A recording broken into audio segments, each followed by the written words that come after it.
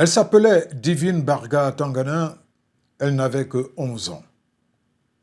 Une enfant, une élève, une vie à peine commencée. Et pourtant, dans ce Cameroun qui prétend encore tenir debout, l'impensable lui aurait été infligé. Le viol, puis la mort, dans les circonstances d'une barbarie qui glace l'âme. À cet âge, on devrait apprendre à lire le monde, pas à en subir la sauvagerie. À 11 ans, on devrait craindre un mauvais bulletin, pas croiser le visage du mal. Mais au Cameroun de Paul Biya, l'horreur n'est plus l'exception.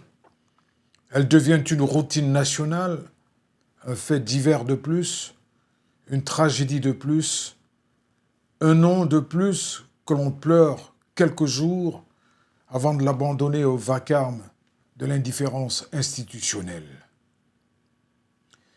Le plus insupportable dans cette affaire n'est pas seulement l'atrocité du crime. Le plus insupportable, c'est le climat général d'abandon dans lequel il s'inscrit.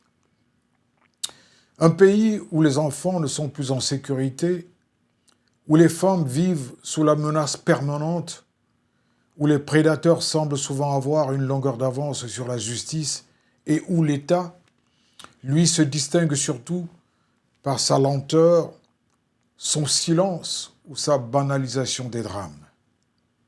Car enfin, que fait l'État camerounais face à la multiplication de ces actes d'horreur? Il communique peu, il prévient mal, protège insuffisamment, il sanctionne tardivement. Pendant ce temps, la société enterre ses filles. Le pouvoir a fini par administrer le pays comme on gère une fatigue, sans élan, sans sursaut, sans humanité visible. Il réagit comme si chaque drame n'était qu'un épisode regrettable, mais ordinaire, une secousse de plus, dans un pays qu'on laisse dériver. Cette insoutenable légèreté gouvernementale face à la violence faite aux enfants est une faute morale avant d'être une faute politique. Qu'on ne s'y trompe pas. Lorsqu'un État ne protège plus ses enfants, il a déjà échoué à l'essentiel. Toutes les grandes déclarations sur la stabilité, la paix, les institutions ou la République deviennent des slogans creux quand une fillette de 11 ans peut être arrachée à la vie dans des conditions aussi effroyables. Il n'y a pas de stabilité dans un pays où les parents vivent avec la peur au ventre. Il n'y a pas de république solide quand l'innocence y est si peu défendue. Et puis il y a cette autre violence plus froide, plus durable, la banalisation. Au Cameroun, l'horreur semble désormais soumise à un quotient de répétition. Plus elle revient, moins elle scandalise durablement les autorités. Comme si le nombre des drames avait fini par user la capacité du pouvoir à s'indigner. Comme si l'on avait accepté au sommet de l'État que la souffrance populaire fasse partie du décor national. C'est cela qui révolte. Pas seulement le crime, mais l'écosystème d'impunité, de négligence et de démission qui permet à ces monstres d'agir et à ces tragédies de se répéter. Un gouvernement digne de ce nom aurait fait de la protection des mineurs une cause nationale.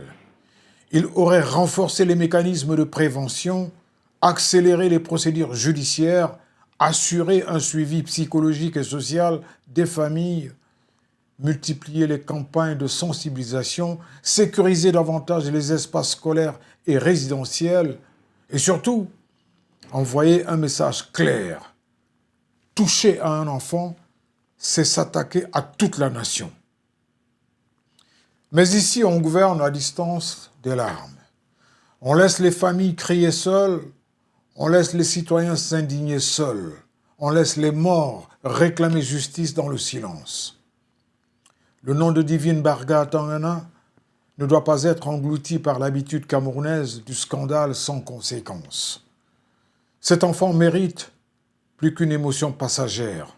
Elle mérite la justice, la vérité et surtout un sursaut national.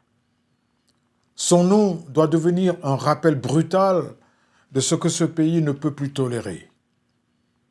Il faut le dire avec gravité, un pays qui s'habitue au viol et au meurtre de ses enfants est un pays en danger moral. Et un pouvoir qui regarde cette montée de l'inhumain avec autant de mollesse porte une part accablante de responsabilité. Le Cameroun n'a pas seulement besoin de discours. Il a besoin d'un État qui protège, d'une justice qui frappe, d'une autorité qui agit, d'une conscience nationale qui refuse définitivement de faire de l'horreur une banalité. Parce que non, Divine n'était pas un cas de plus. Elle était une enfant et le Cameroun lui doit mieux que le silence. Wasaf, c'est Watansi sans fil. Wasaf, c'est du journalisme, un cran au-dessus. Oh, il le fait sans filtre. Suivez-moi à Wasaf.